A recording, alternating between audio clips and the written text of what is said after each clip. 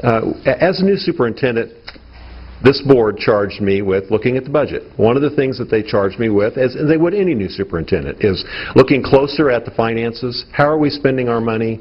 How are we targeting our resources? Are we as efficient as we can to get the academic achievement and the success that we need in the school district? So any superintendent will be doing that during their first year.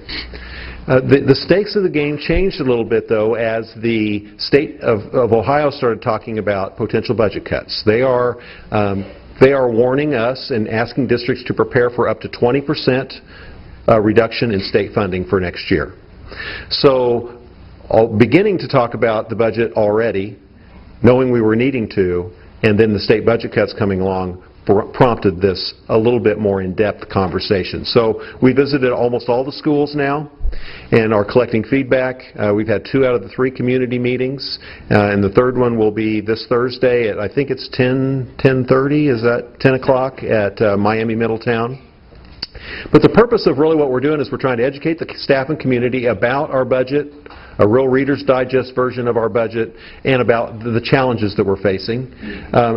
Briefly, I'm going to describe the process that we're using to go through from where we are now to arriving at a budget for next year. And then finally, and we aren't going to do this tonight, but as part of those meetings, we're asking the staff and the community to give us feedback on priorities, and we have a process that we use to do that. We won't do that tonight.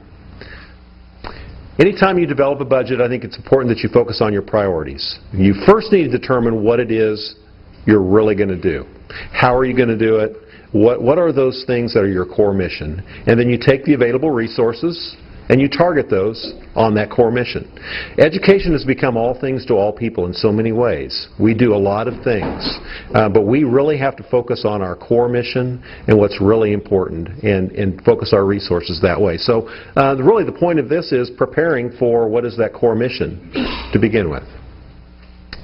This is a picture of our overall budget. This is everything we have. We have approximately $92 million in our budget, and you will see that about 41% of that comes from the state, 35% from local taxes, 17% from the federal government, and then we have another category which is treasurer talk for back and forth between school district payments, fees that we collect, kids that come to us from other school districts, and things like that. One of the important things to note here is almost $16 million of our funds come from the federal government. Much of that money and some of the others are targeted resources, are targeted money that we can only use on certain things. We call those restricted funds.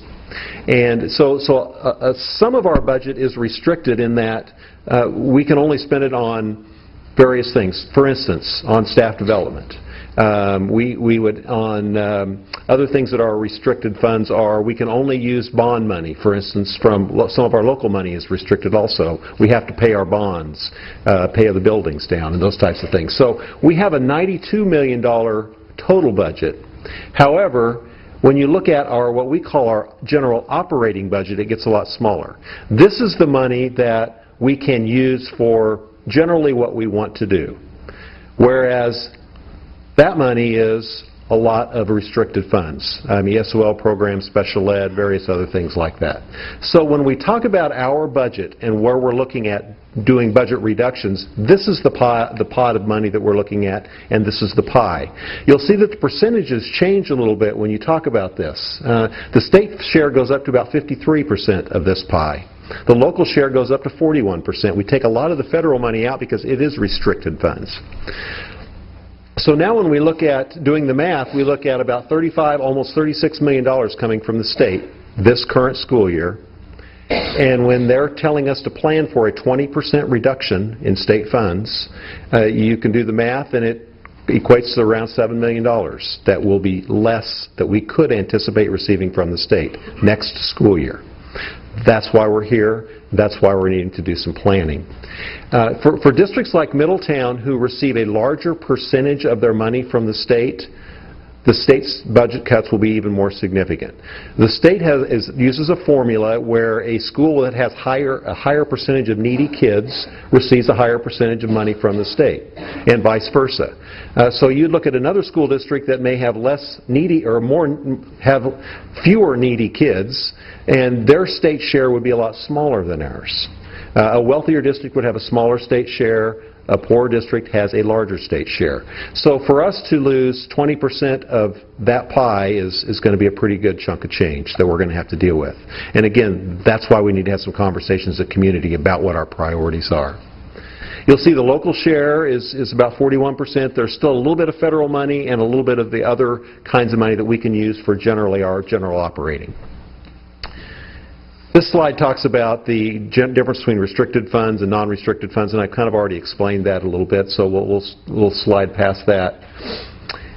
This is how this pie chart is this one generally split up in how we spend our money. These are our expenditures. You'll see that as a school district we spend about 56% of our budget on salaries, about 18% on benefits. Purchase services is another 21% of that, and then we've got capital outlay, supplies and materials, and other things like that. We're in the people business. We take little people and we grow them into big people. We help them grow into big people. So it is not unusual for a school system to be intensive on a number of on benefits and salaries. We have a lot of people because it takes people to help little people grow. We may be different than a business. A business may have a lot larger share in inventory, a lot larger share in supplies and materials, capital, in equipment and plants and machinery and all those types of things that we don't. We don't have that. We are very people intensive. And so when we start talking about budget cuts and challenges, we need that affects people in our business. The 21% of purchase services, a lot of that is utilities. Things like kids that leave our district and go to other schools, that we have to pay the other schools for, that is also put into that. We have students that might go to Butler Tech or go to Warren County for various kinds of things that we may have to pay various things for. That would also be part of that purchase services. But sometimes people say to me, well, if you just cut some down on supplies and materials, you could probably make do. But when you look at our general operating budget, our supplies and materials are just a little bit under $2 million. We maybe have to cut about $7 million. So we're going to have to do more than just supplies and materials, and we wouldn't want to do all of that anyway. So generally those are our expenditures. We are right at the state average for personnel and in how we allocate our resources. This is pretty typical of school districts in Ohio. This summer, as I started looking at this data and these lines, this is when the story began to be a little bit concerning. You can see these are fiscal years on this chart. Starting in 2009, which was a year and a half ago, we are currently in fiscal year 2011 right now, in the middle of fiscal year 2011. So starting in 2009, in fiscal year 2009, our district revenues were about $72 million. Our district expenditures were about $69 million. So it was a good thing. We were taking in more money than we were spending. Anybody at home knows that's a good thing. You earn more than you spend, that's good. But you can see when the lines cross, really last school year, those lines started crossing. We started spending more than we were taking in. And anytime that happens, just like at home, when that happens, you need to start doing some soul searching about what it is and how you're going to deal with that. Our expenditures have gone up 2%, 2.5% a year. The revenue side has gone down. The biggest part of that revenue side, as we explored that a little bit, was the personal tangible property tax. Several years ago, for all the right reasons, to try to stimulate business growth, keep jobs in Ohio, there were some changes made in the way taxes were collected. And businesses were no longer charged for some of their equipment, inventory, some of the capital things that they have in their businesses. And again, that's for all the right reasons. There were good intentions for that. The ramifications in some cases for schools were that we took in less money. School districts that were in heavy manufacturing bases, like Middletown have a lot of industry in them, lost revenue as a result of that. The state at the time that they changed that said they were going to enact and compensate for that in other ways with some additional funding coming from different places. Because of the shortfall at the state level, that has never really, as you can see, come to fruition for us. But we are currently, this fiscal year, taking in just a little less in revenues than $68 million. Around $68 million are our revenue this year, and our expenditures are about 72. So looking at this chart, that's the challenge. We're spending more than we're taking in. We can't keep operating that way. The projections for 2012 are just that. They're just estimates. Assuming a 2% increase in expenditures, 2.5% increase in expenditures, assuming a slight decrease in revenues. The tangible tax is not the only result of our revenue declines. There are other factors, property valuation, those types of things, but it's the predominant factor in that. The good news is, or really maybe the bad news is, that doesn't include the state cuts. When you include the state cuts into this equation, that revenue line goes down quite a bit more when you take off that potential $7 million in state budget cuts. So when we look at a 20% reduction in state funding, you can see the space between our expenditures and our revenues gets significant. And that's why we're here. That's why we're having community conversations and why we're having school conversations about what are our priorities and how do we go about solving some of these challenges. Some people have asked, well, how can you even operate to begin operating? You know, really last school year for the first year was when we operated with more revenue, less revenue, and more expenditures. How can you operate that way? Well, school districts carry what they call contingency funds or cash reserves. At the end of 2009, the district had approximately $13 million in cash reserves in the bank account, our savings account, in other words. At the end of last year, which is last summer, just 6 months ago, we had about $12 million, $11.5 million or so in the cash reserves, as we call them.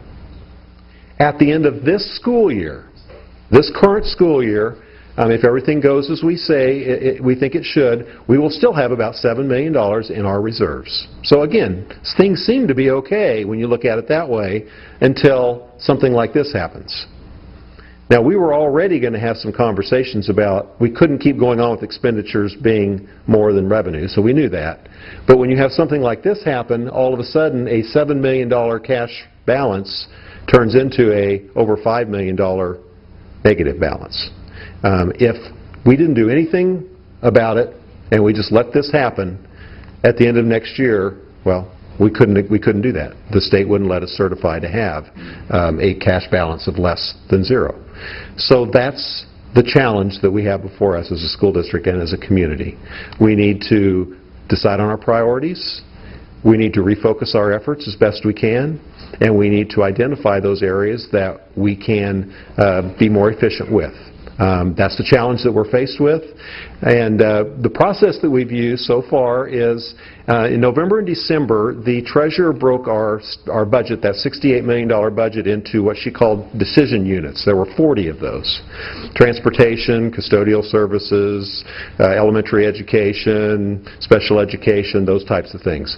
And small budget teams took deep looks at each one of those small units to decide what the money was spent on, how it was spent, identify all the various expenditures. So we know an awful lot more now than we did 3 or 4 months ago about how our money is spent. In January and February, we're doing this. We're educating the community, we're educating the school district, we're developing a set of priorities. What is it that we really believe in here in Middletown? What are the most important things? What is our core mission? And our goal then is to present options to this Board of Education by the end of February. Several options, some things to consider as we plan. And then we have asked that by the end of March that we try to have some type of a draft budget settled for going into next year. And end of March will be a little sooner than we may know what they're going to decide in Columbus about state funding. That's part of the challenge. However, we can't wait until June to begin planning for next year. We have to do that sooner than that. So that's where we are. The process is about halfway through now. As we're almost gathering the feedback, we'll begin to build the options, and the board will have some interesting and challenging conversations come the end of February through the month of March as we wrestle with what direction we want to take.